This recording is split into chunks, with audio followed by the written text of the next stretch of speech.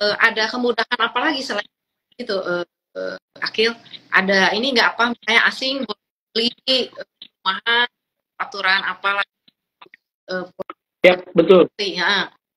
Ya, ada juga. Jadi dalam beberapa waktu belakangan ya, kalau nggak salah sih di bulan Agustus atau September, itu pemerintah juga ngasih kebijakan buat orang asing untuk beli properti ya. Yang tadinya ada batasan, misalkan ada di, saya agak lupa di 1 miliar atau 3 miliar gitu ya. Oh sorry, di atas 5 miliar, mereka tuh kasih insentif, udah nih boleh yang di bawah 5 miliar bisa dimiliki oleh asing. Jadi mereka bisa punya apartemen, bisa punya perumahan yang di bawah 5 miliar dengan batasan kalau nggak salah dia kisaran 1 sampai 3 miliar. Itu dia bisa punya properti. Nah, cuman kita ngelihat ini tuh sebenarnya nggak terlalu berdampak signifikan ya. Kita udah ketemu juga kemarin sama BSDE, apakah sebenarnya dengan kebijakan orang asing ini bisa beli untuk properti kepemilikan rumah di Indonesia, apakah sebenarnya dampaknya segitu gede ya? Sebenarnya sih enggak ya, karena sampai saat ini pun masih lokal yang untuk beli properti di BSD sendiri. Jadi sebenarnya masih dari investor lokal ataupun juga pembeli lokal yang beli dari perumahan-perumahan dari BSD sendiri. Karena kalau dilihat dari sisi harga mungkin ya, kami melihatnya dari sisi harga mungkin lebih prefer mereka beli rumah-rumah yang masih punya growth ya. Mungkin kan mereka di sini nggak untuk tinggal ya. Jadi bukan untuk kepada end user, paling mereka untuk investasi, untuk spekulan. Artinya, jadi kita harus bedain juga nih. Orang untuk beli properti itu ada yang memang untuk ditinggalin. Itu namanya end user. Mereka beli rumah untuk ditinggal. Cuman ada juga mereka beli rumah untuk investasi, untuk nanti spekulasi kalau kita beli di hari ini, beberapa tahun depan bisa jual dengan harga yang lebih tinggi gitu. Tapi sekarang tuh demand itu udah berkurang nih ya untuk investasi, karena untuk investor kita bahas tentang instrumen keuangan jadinya kan. Ketika kita investasi properti, rate-nya atau return-nya cuma sekitar misalnya ya, kalau kita lihat sih udah minim banget ya. Mungkin bisa 5 atau 10% untuk dari kita bisa jual properti investasi gitu ya. Itu akan lebih kalah ya kalau kita melihat dari instrumen-instrumen lain seperti misalkan di saham, kita bahkan dalam setahun aja bisa 10%, bisa 15% gitu ya, dengan nilai yang lebih gede untuk kita beli properti terus kita invest. Jadi para investor tuh kita melihatnya udah mulai berkurang nih untuk spekulasi di properti. Jadi mereka lebih ke instrumen lain, mungkin dari surat utang atau dari market juga, dari saham juga bisa, pasar uang juga bisa, segala macam. Jadi mulai berpindah nih. Jadi sekarang yang lebih menguasai untuk pembelian properti kepada end user, atau ya kita beli rumah untuk ditempatin gitu, bukan untuk dijual lagi. Jadi gitu. Jadi untuk investor asing ataupun juga kepemilikan rumah asing itu sebenarnya belum berdampak signifikan. Bahkan sampai dengan diberitakan kemarin atau ditetapkan peraturan itu dari BSD sih sebenarnya bilang juga belum ada sampai saat ini yang investor asing atau orang asing beli rumah di sana gitu. Oke, berarti itu bukan katalisnya ya, lebih dengan PPN ya. Ya, yang ngedrive sih sebenarnya PPN ini lumayan ngedrive ya untuk marketing sales dia. Oke, sama satu lagi nih, suku bunga. Mungkin naik ya. Kalau naik ini mungkin juga ya. Nah ini ya betul. Aturan jadi katalis juga ya buat properti ya. Ya betul. Jadi kalau kita lihat suku bunga ini mungkin akan lebih apa bahasanya ya, lebih spekulatif lah. Jadi kita mau lihat dulu nih apakah nanti dari rupiah ya biasanya. Kalau rupiah terus terjadi pelemahan, sekarang kan di 15 ribuan sekian ya. Kalau nanti bisa tembus 6.000 ya mungkin ya, kalau misalkan nanti tembus 16.000 atau 16.200 gitu, ini akan jadi salah satu sentimen negatif atau jadi downside risk buat emiten properti. Kenapa? Karena ketika rupiah terus melemah, ada potensi Bank Indonesia itu akan naik suku bunga lagi. Jadi kita perkirakan worst case-nya ada sekali atau 2 kali lagi kenaikan suku bunga. Tapi itu ketika melihat rupiahnya terjadi pelemahan terus-menerus gitu. Tapi kalau rupiah masih terjaga, bahkan bisa turun ke bawah 15.000, itu bakal jadi sentimen positif. Dan kita lihat di tahun 2024 ada peluang dari Bank Indonesia itu untuk nurunin suku bunga. Jadi ada sekitar 2 kali untuk penurunan suku bunga di tahun 2024. Artinya apa? Jadi kalau penurunan suku bunga biasanya itu direspon positif oleh market, hampir semua dari sektor, terutama properti, karena mereka punya dari sisi utang, ada utang yang berbunga di perbankan itu adalah kepada perbankan. Jadi ketika mereka punya kredit ke perbankan dengan bunga yang floating rate, biasanya tuh kalau properti lebih banyak ke floating rate ya, bukan di fixed rate. Fixed rate juga ada, cuman lebih banyak ke floating. Artinya apa floating itu ketika suku bunganya naik, ya dia ikutan naik juga untuk bayar beban bunganya gitu.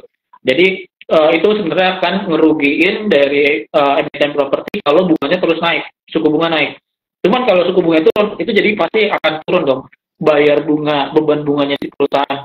Artinya ketika nanti suku bunganya turun, itu sebenarnya bakal positif. Dan kita perkirain 2024 sih bakal ada penurunan suku bunga. Karena ini cukup lumayan tinggi. Untuk saat ini udah di 6% suku bunga Bank Indonesia.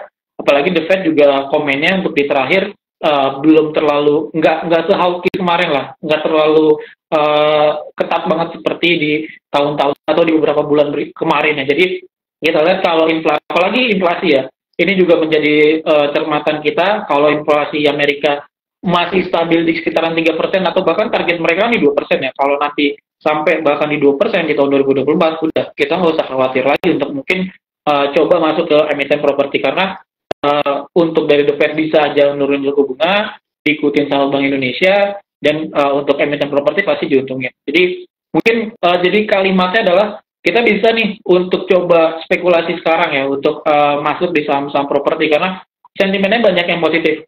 Jadi kita udah bahas untuk insentif PPN 0%, artinya market sell akan tumbuh, kinerja laba bersihnya juga akan bagus. Terus yang kedua tadi ada insentif dari orang luar negeri ya, walaupun orang luar negeri nggak terlalu dampaknya gede ya. Terus yang ketiga tadi ada potensi penurunan suku bunga di tahun depan. Itu yang akan menjadi katalis positif dari emiten properti. Cuman yang untuk di suku bunga ini masih spekulatif sekali lagi ya. Jadi kita tetap pantau market, tetap pantau berita-berita terkini.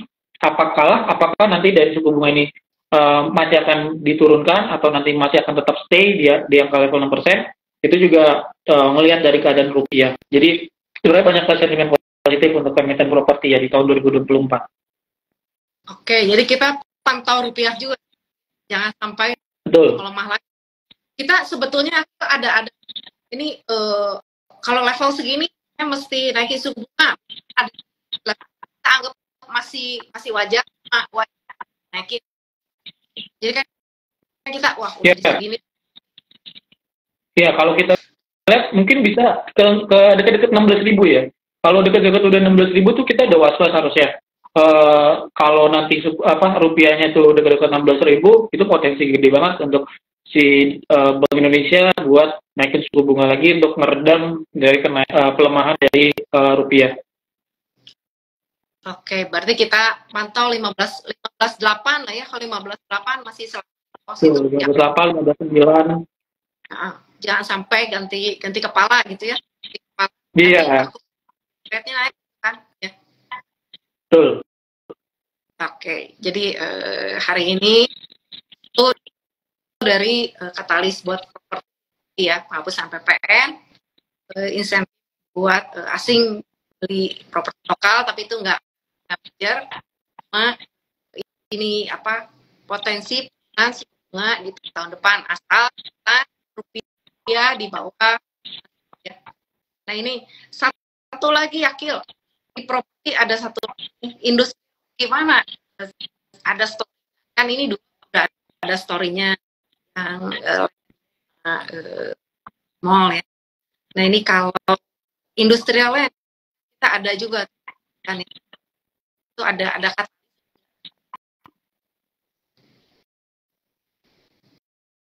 sorry yang terakhir industrial land, industri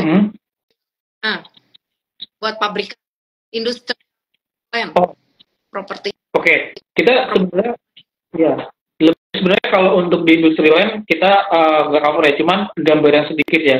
Jadi di industri land itu lebih banyak kepada Demas. Biasanya mereka salah satu yang pemain besar juga ya di industri land.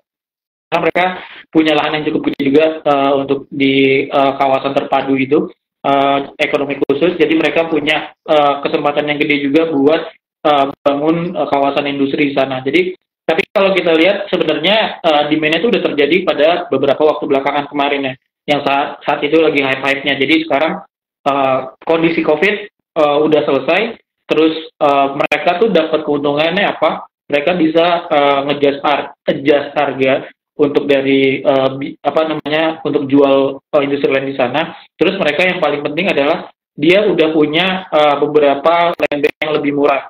Jadi marginnya tuh lumayan bagus ya dari industri land ini. Dan itu yang bisa menjadi katalis positif mereka.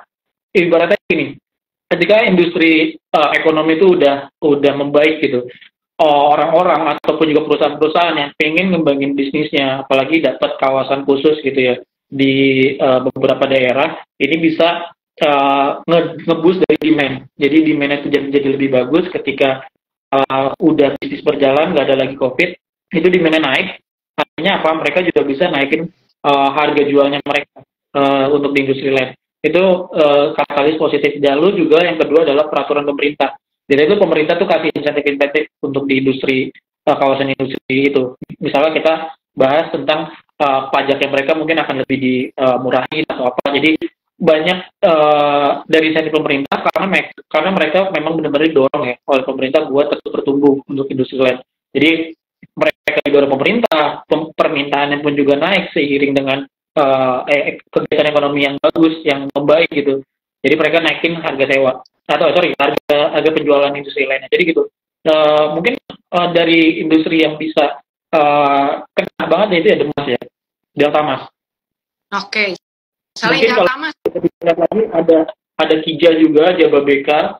Kalau kita bisa lihat juga di Kija kan juga mereka dengan bangun fasilitas ya. Ketika fasilitas jalannya itu bagus, kayak mereka bangun tol, terus saling terhubung dengan kawasan-kawasan misalkan perumahan di sana atau tempat tinggal di sana, itu juga sebenarnya jadi bagus karena ya kita bahas lokasi strategis lah mungkin. Ketika kita pengen beli rumah, beli properti, atau kita pengen bikin perusahaan atau bangun gedung kantor gitu ya.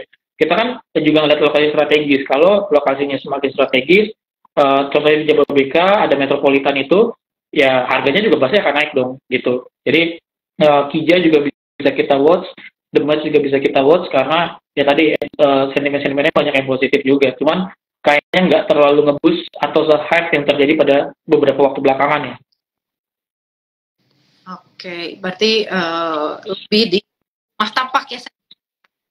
Ya. Sekarang lagi fokusnya tuh investor ke rumah tapak. Oh ya, satu lagi mungkin kita kemarin ketemu Ciputra juga CTRA. Jadi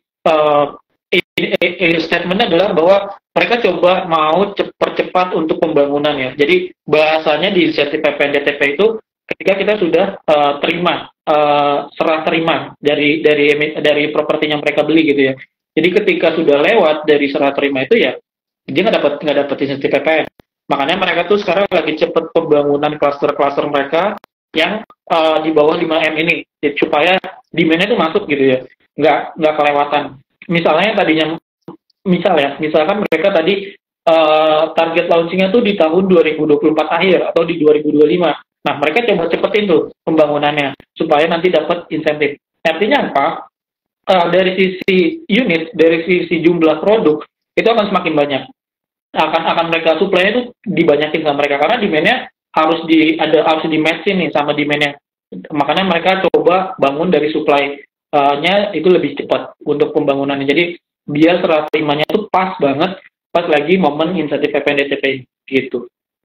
Oke, berarti lagi berarti ini berarti nih mau tanya lagi, kalau udah properti kita lihat mau pada ngejar setengah sebelum akhir Desember 2024. Betul. Sektor apa lagi yang ke bawah sama properti? Apalagi nih gandeng, berarti kan bahan bangunan mereka. Yes, betul.